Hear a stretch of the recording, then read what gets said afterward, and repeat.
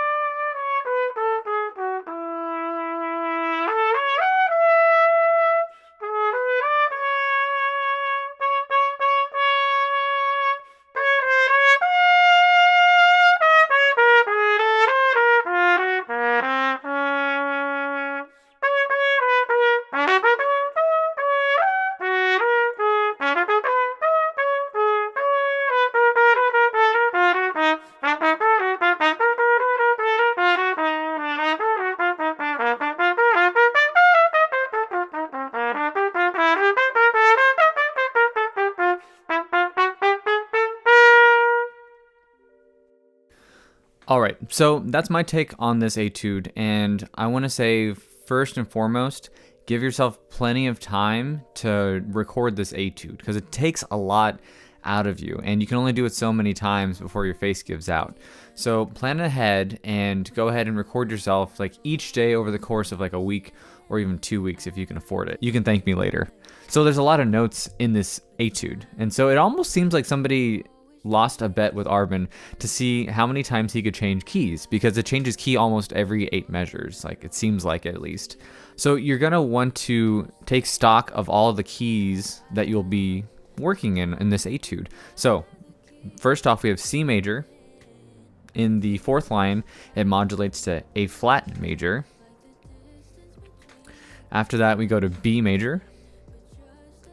And it kind of briefly morphs into E flat major before going back to A flat major.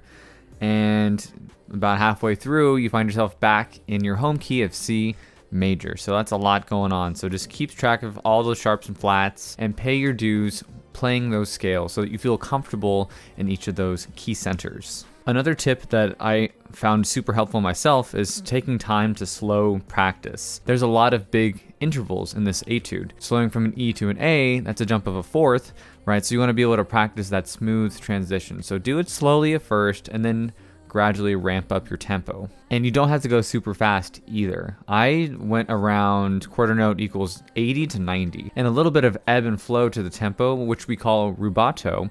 Or robbed in Italian, just meaning that you give time and you take time away. So maybe you speed up a phrase towards the beginning and then towards the end you slow it down. So it all kind of like equals out, if that makes sense. If you watch our other etude video, Cam, our tuba player, made an excellent video about the Blazevich 38 etude, which is for tuba. Check that out down in the description below. My last advice for this etude is to take time to identify the character for each section, right? We are changing key centers, and each key kind of sounds a little bit different, right? You add sharps, and the key starts to sound a little bit more kind of, in my opinion, bright and cheerful.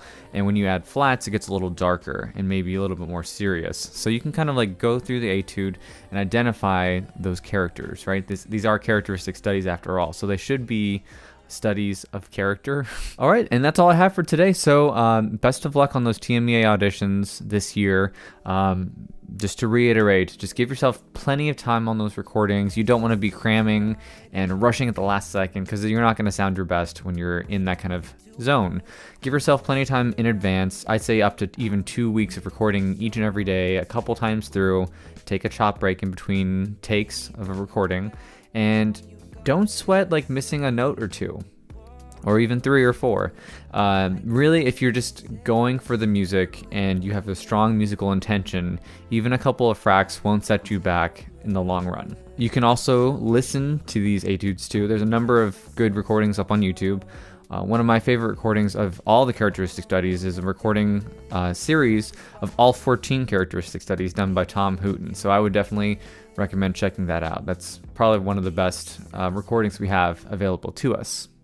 So best of luck, and thank you for watching.